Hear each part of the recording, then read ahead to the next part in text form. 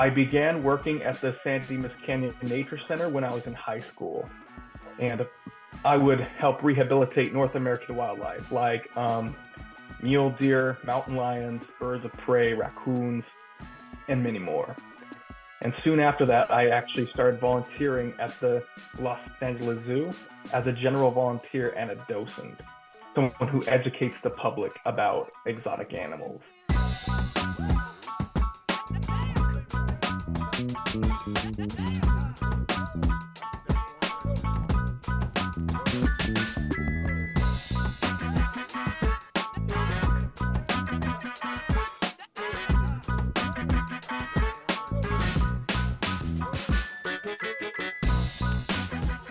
Welcome to Adulting on a Spectrum. In this podcast, we want to highlight the real voices of autistic adults, not just inspirational stories, but people like us talking about their day-to-day life. Basically, we want to give a voice to a variety of autistic people. I'm Eileen Lamb, an autistic author and photographer, and I co-host this podcast with Andrew Komarow. Hey, Andrew. Hey, Eileen. Hi, Andrew. I'm Andrew Komarow, an autistic entrepreneur, software engineer, co-host of this podcast, and I have more chest hair and body hair than Eileen, which is quite an accomplishment given she's French. Today, our guest is Riley. Riley currently works at the San Diego Safari Park as a camp aide. He accompanies the guests to various enclosures around the safari park and shares educational information about wild animals. He also monitors the wildlife at the butterfly jungle. He is the creator of Riley's ZooVentures Kids Club. Welcome. Thank you for joining. Absolutely. You're welcome, guys. And thank you for having me join. Of course. It's good to meet you guys. Yeah, good for you to be on. So if you've listened to our podcast before, or if you haven't, we like to ask each guest how they prefer to identify. And we don't mean she, her, they, them, your pronouns, although you're welcome to share those as well. We mean autistic, on the spectrum, Asperger's. If you have a preference, and you don't have to, not having one is our most popular option. I shouldn't say that. I feel like it ruins the credibility of the study. Anyway, if so, what is it? You know what? All those words stick with me because I'm autistic. I say I'm on the spectrum. I say I have a disability. I say I have special needs. That's how I usually describe myself to people. So no preference. You don't There's mind. no preference, really. There's no preference. Can you take us back in time and tell us about your autism diagnosis journey? Yeah. So ever since I was like 2.5 years old, the doctors had told my parents, that I was diagnosed with high functioning autism, and my parents had concerns over me. And when the word came out that I had autism when I was 2.5 years old, there were some people my mom and dad came across who were concerned about me. They might think they might have thought I'd never be able to graduate. They might have thought I'd never be able to have a job. They were kind of, worried about me that I wouldn't be successful in life. But, growing up, when I went into like kindergarten or first grade, it took me time to understand how I was acting. I did realize by like kindergarten or first grade that I was acting different than most children. I was talking different, I was acting different, and at the time I didn't even know what the word autism meant, but I did know that I was acting kind of, strange compared to most children. And so after like kindergarten and first grade, I was brought to this school in Grove Center School in Covina, and lots of the other children around me also had high functioning autism. And so I guess it was because I thought that'd be a great, pace for me so I can interact with other people who are on the spectrum or who have autism, not just other people who are, normally functioning, you know what I mean? And I eventually started to learn what the word autistic means. So autism is something that some people, not just me, are born with, and it kind of affects our mindsets, it affects our speech, it affects our mood, and those are one of the things I struggled with growing up. But I went through junior high and high school and still learning about what autism means. But I feel like overall, I mean, I still have autism. I feel like as I got older, I kind of recovered from my unusual behavior or the way I talk. So I know it doesn't happen to everyone because not all people who have autism recover from.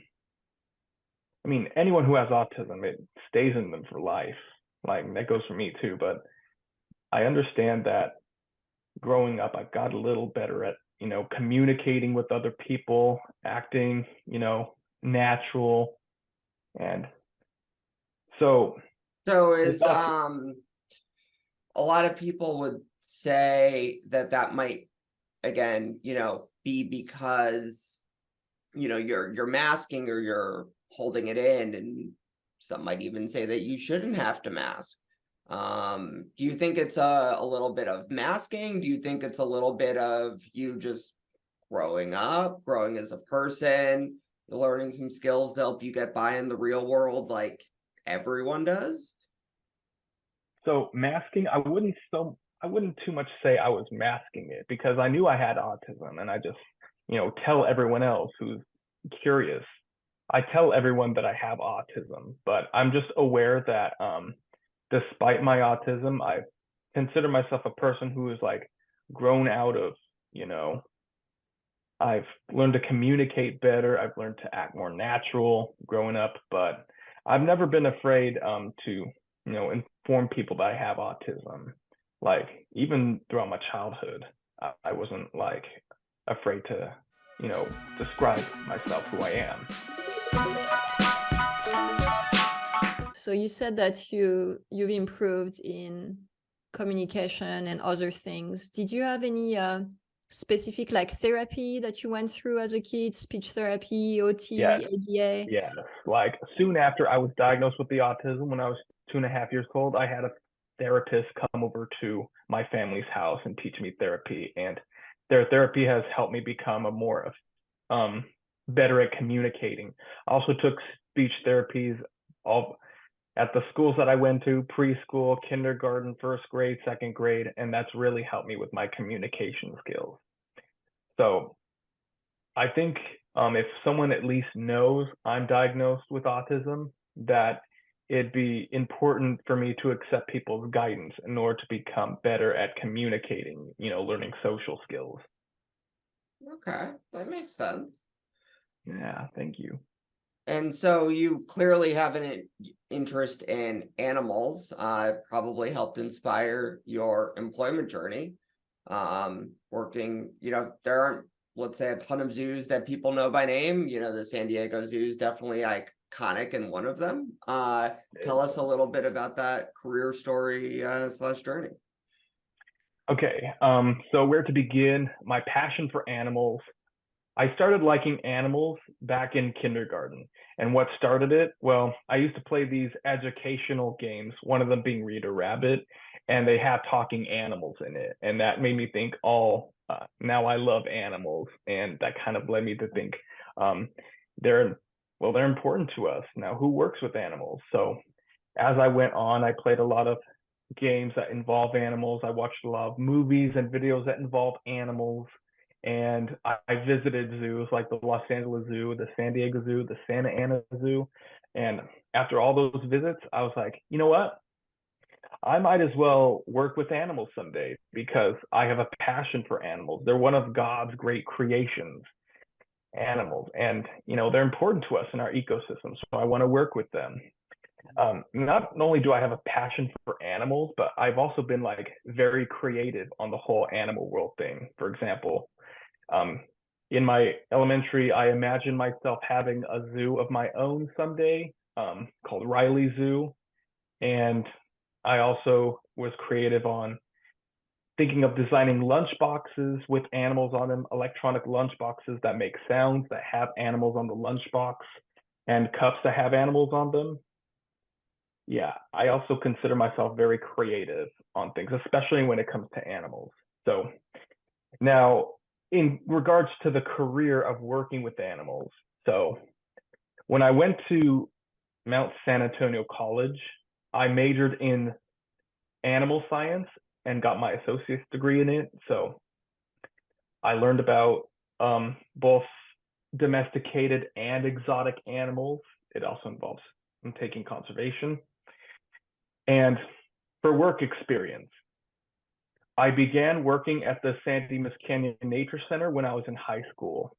And I would help rehabilitate North American wildlife like mule deer, mountain lions, birds of prey, raccoons, and many more.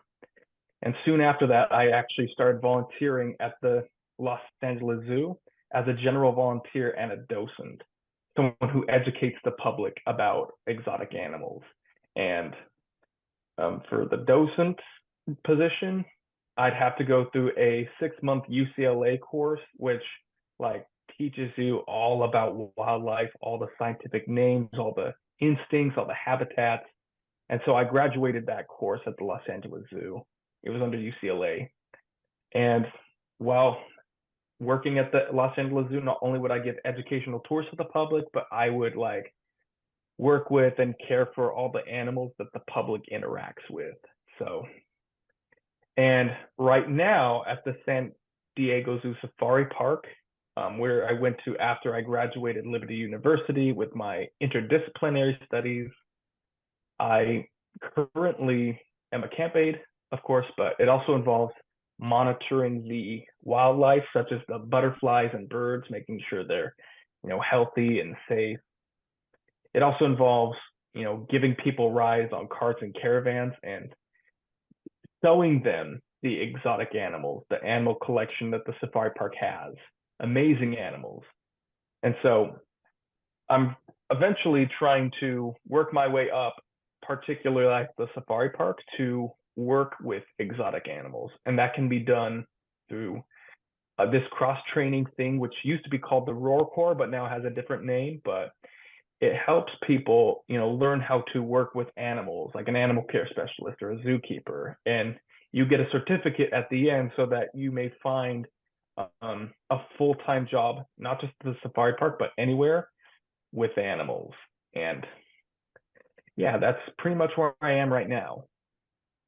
That sounds awesome. Have you faced like any obstacles in your employment journey? Like was it difficult getting a job? Because I know it can be really difficult for many autistic adults.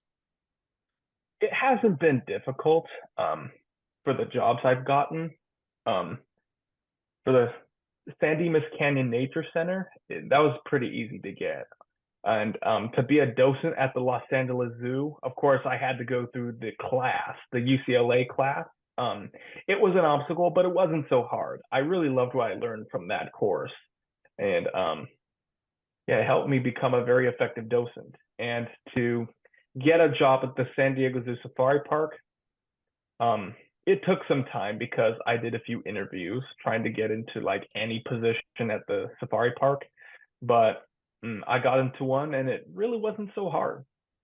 And once I got into this on-job position at the safari park, it was pretty easy to adjust to. Like, even though it's such a big place, I got used to knowing my way around, learning about how to, take care of to do your tasks properly. And yeah. Can you say just one part about the zoo that you think if somebody's going there, something they shouldn't miss that maybe they don't know? The safari park or any zoo in general? Why don't you do the safari? Why don't you answer both questions? Okay, so the safari park, a lot of people, when they come to any zoo, chances are they're going to think, oh, this is just for entertainment. This is just for our pleasure. But what I really don't want them to miss out is, the true meaning for a zoo or our San Diego Zoo Safari Park. The goal of the San Diego Zoo Safari Park is to commit the 4 things: education, recreation, conservation, and scientific pursuit. Those are the 4 main things, but our goal is to help different species of wildlife worldwide and to encourage other people to have a passion for animals as well. I definitely don't want people to miss that idea of the San Diego Zoo Safari Park. For any other zoo, now, when people draw a zoo, when kids draw a picture of a zoo or anyone in general, they're going to draw a picture of an animal behind bars. What I don't want people to miss on that is understanding why animals are really there. We're doing conservation. We're helping the animals. We're giving them a good home with enrichments and proper diets to stay healthy and helping increase their populations for future generations to come. So when everyone goes to a zoo, they should feel free to be entertained. Like, oh, look, a zebra. It's so beautiful. I want to see a zebra, because a lot of animals come from, places that people have never been to, like lions, zebras, giraffes are from Africa, tigers, Asian elephants, and binturongs are from Asia. And people in America have never seen those animals before, so they're impressed to see those animals. They're not going to miss that opportunity if they go there, but what they could miss is understanding the goal of zoos to help protect the animals, help expand their populations for future generations, because they have an important role in our ecosystem, right? Well, thank you so much for sharing. I can hear the passion in the way you're speaking about this. I'm sure you're familiar with Temple Grandin, and she has a very deep interest in animals too. Have you read any of her books? Do you find like her research interesting? Temple Grandin? Mm-hmm.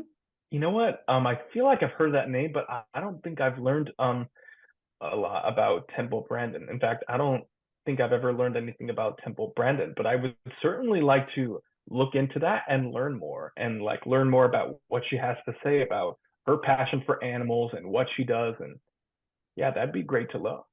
Yeah, I mean, and she wrote so many books, and she's done a TED Talk, and you should definitely look into her, because I'm sure you'll love what she has to say. I know I would. Well, thank you so much for sharing about Temple Grandin.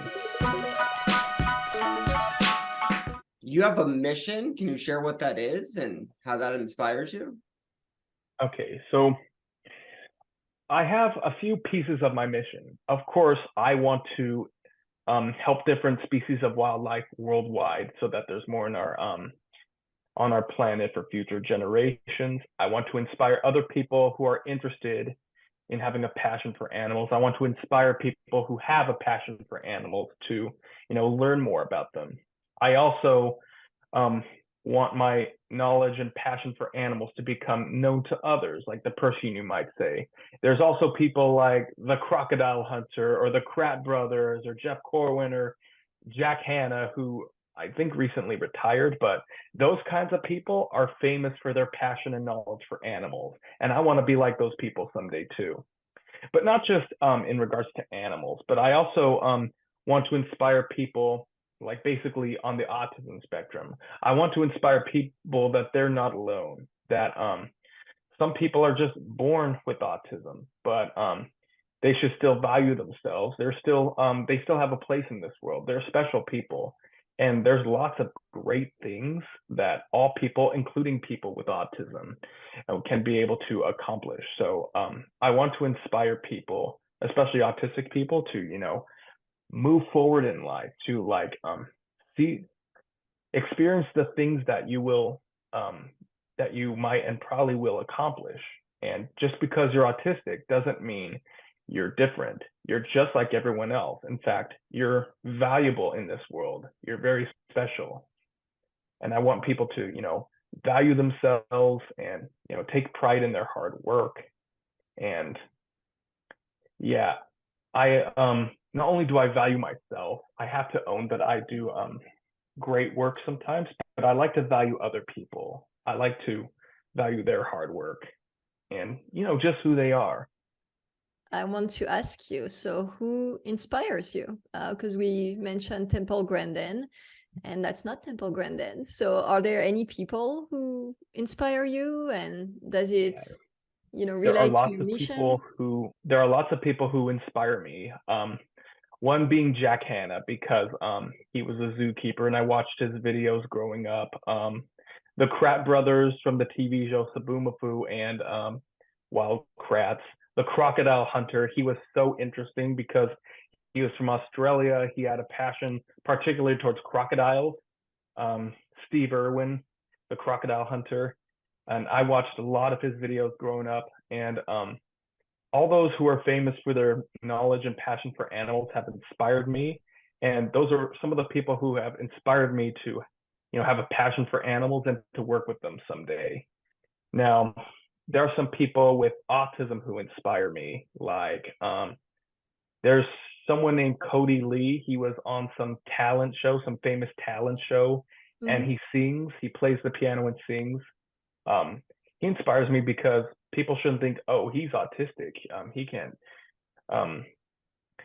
do anything. He can, and he has a very good singing voice. He plays the piano very well. He has a good heart, and he's an inspiration not just to me but to the world. Other autistic people, like I don't know if you've heard of the show The Swell Life. There's a family called the Pasquets, and they do this thing called Surfers Healing, which I've done myself a long time ago. But Surfers Healing teaches autistic children to surf, and there's this kid who has autism, and he learned to surf, and he surfs pretty darn well. So it's impressive to see that all kinds of people, including those with a disability, have different talents. They can do some things that a lot of people might think, oh, wow, could I really do that? Yeah. And yeah, I've met quite a few people who have a passion for animals, people who work with animals, and people who have autism, and they all inspire me. They have big hearts, big dreams, lots of great talents, and they have a good heart too. It's the other thing. And they're also really, really smart. Like, I learn everything from all these people. And that's the part of life, learning. Like, there might be some stuff you already know, but you'll know more when you learn more, especially from lots of other people, including people with autism, including people who love animals. The life of learning. I need to ask you, it's been burning my tongue, as they say. Have you watched Tiger King? I have watched Tiger King with Joe Exotic. Now, he's interesting, but the thing about Joe Exotic, I feel a little bit like, is he really taking his job seriously? Because he's working with... he is not. I don't think he takes anything seriously. Right. He works with apex predators, but he's treating them like he's his pet bunny rabbit. No. Tigers, lions, jaguars, leopards, the Panthera genus, that's what it's called.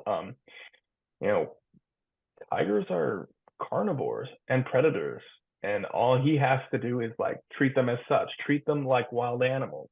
I mean, they're just acting like the predators they naturally are, but they need respect. But Joe Exotic, he's treating them like a pet dog or a pet cat, or like a pet animal, not a wild animal, unlike any zookeeper or animal care specialist I've seen. So, of course, I'm glad that Joe Exotic cares about animals, and apex predators are one of my favorite animals on the planet. The rhino is my first favorite, but I also like apex predators, particularly lions. But I can't take him seriously if he's not taking his animals seriously. I also heard more about him, like his storyline. I've forgotten some of it, but he has kind of a bad rap, seemingly. Like, he has a negative reputation.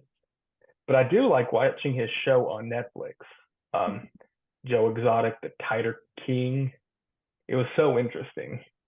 I remember him from prior to Netflix because he was running for as a libertarian presidential candidate, and the libertarians were getting made fun of, more or less rightfully so, because of that. So I mean, obviously, you have a great special interest. You turned it into a career. I like to say that, what better job for somebody who's autistic than them getting paid to talk about what they love to talk about the most, which is what you get paid to do. But other than that, if there is anything, and that's okay if there isn't, can you share anything more about other things you like? Is there anything other than apex predators and zoos? Okay, so apex predators, you guys heard what apex means?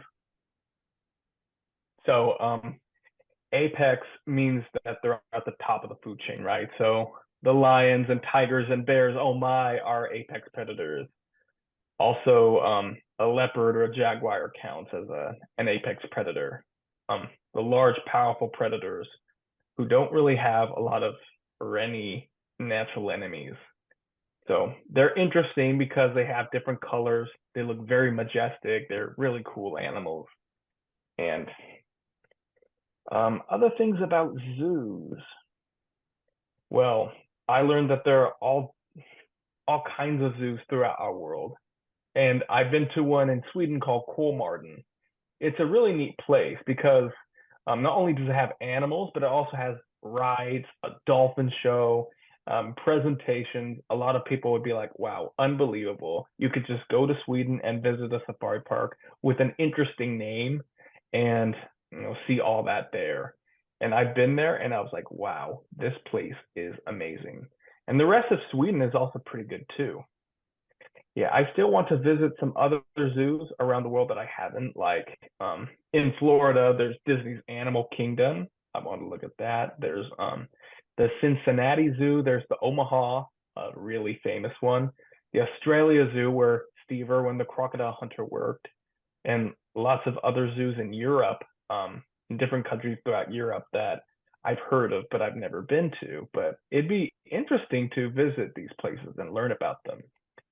Now, other things that I like aside from animals, I might have said before, but I also like being creative. Whenever I share my creativity with, my family and friends, they're like, wow, Riley, you have such a great imagination. You're very creative. And I feel like other people are creative too, including people with autism.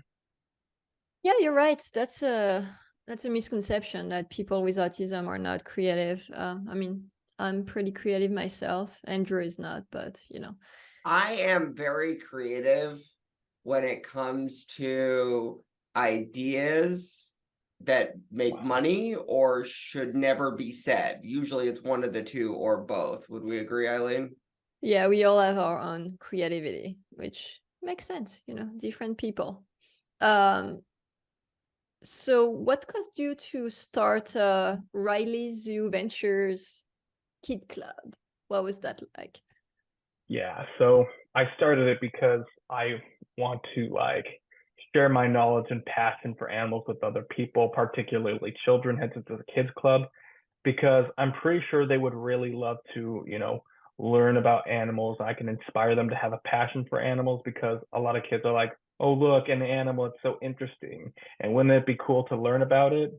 And so I decided to start filming at different zoos or in a studio and talking about animals. So I come up with the animal facts and the creativity, and some people who work with me are good at the filming and the camera, and some people are good at the graphics of how the filming goes.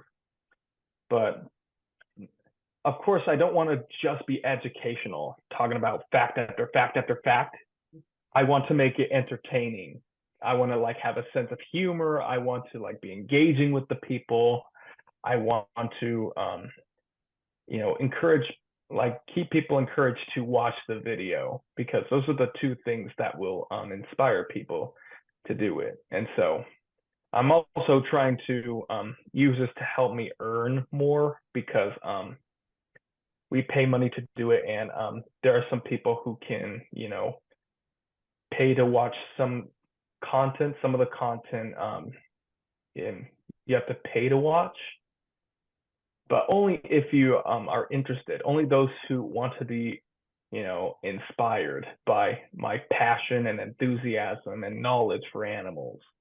That's great. That's a great thing you're doing there. I'm sure kids love it. Okay, so now I'm going to ask you some quick fire questions. You just tell me the first answer that comes to your mind, okay? Yeah. Favorite domestic animal? Horses are my favorite domestic animal. One reason is because they're related to my favorite animal, the rhinoceros. They're I was also gonna ask, what's your favorite wild animal? Would that be the rhinoceros? the rhinoceros, Favorite apex predator? the lion. Do you have a favorite nature TV show? My favorite nature TV show, there's so many, but I really like Zaboomafoo. I guess it kind of counts as a nature show. You know what Zaboomafoo is? Mm-mm. No, what is So the Kratt brothers, who are famous for animals and conservation, they host this show with a talking safaka named Zaboomafoo. Safaka is a lemur species, and they talk about dinosaurs who roamed in the past, reptiles, amphibians, mammals, birds, fish, all of it in the animal kingdom. And that's been my favorite nature show. Like, I watched it when I was little, I watched it growing up, I remember it, I look back at it. I'd say that's probably the best one because not only is it educational, but it's kind of cute and funny. There's like a talking lemur, and he like imagines talking animals. Yeah, it's good to be educational and funny at the same time. Totally. Yeah, it's a good combination. So if you could be any animal, what would it be and why? I'd probably be a rhinoceros, not only because it's my favorite animal, but I'd have thick skin, a horn, a muscular body build. The only problem is I would have poor eyesight, except I can smell and hear extremely well. I'd only be able to see 10 feet if that's all I would need. But you know what? Honestly, that's actually a good question because there's so many animals that I could be. It's just, I love the rhino so much because it's very cool looking. It has an interesting instinct. And Yeah, I didn't know how aggressive they were until I saw a documentary, and they're fast too, and they just like, boom, like 30 miles per hour, some 40 miles per hour. Eileen, have you ever seen Waterworld? No. It's one of those movies. I think they had like a SeaWorld or so. They had something for it. It's one of those movies. Like, have you seen Con Air? Con Air, I've heard of it. I thought it was like a product. It's a movie that's like so bad it's good. It's called Waterworld. Oh, It's like one of the worst movies of all time, but it's like, anyway. I would say you should. It has Kevin Costner in it, Eileen. oh, really? Yeah. Let's see. Waterworld. It's a horrible movie. It's amazing. 6.3 out of 10 on IMDb is actually not that bad because that's. But again, like a cult like following because it's so, you know what I'm saying? Like, it's so bad it's good. Yeah. No, and that is pretty bad for IMDb, actually, I think so. Well, that's interesting. I've heard that saying before. It's so bad that it's good. And you have a lot of things to look up after our fun call. Temple Grandin, Waterworld. Yeah, I see. Again, I have a lot to learn. You guys teach me something new. Oh, me too. Look, I just mistaking a hippopotamus and a rhinoceros. Where can people find you on social media, Riley? On social media, they can find me on Instagram. They can find me on TikTok for Riley ZooVentures. YouTube. On Instagram, there's two different links I meant to say. One is just Riley Ginter, that's my normal one, and the other is Riley ZooVentures. That's like the real animal world education and entertainment one. That sounds pretty fun. But yeah, thank you for sharing about your passion for animals today. We appreciate it. You're welcome anytime, and thank you too.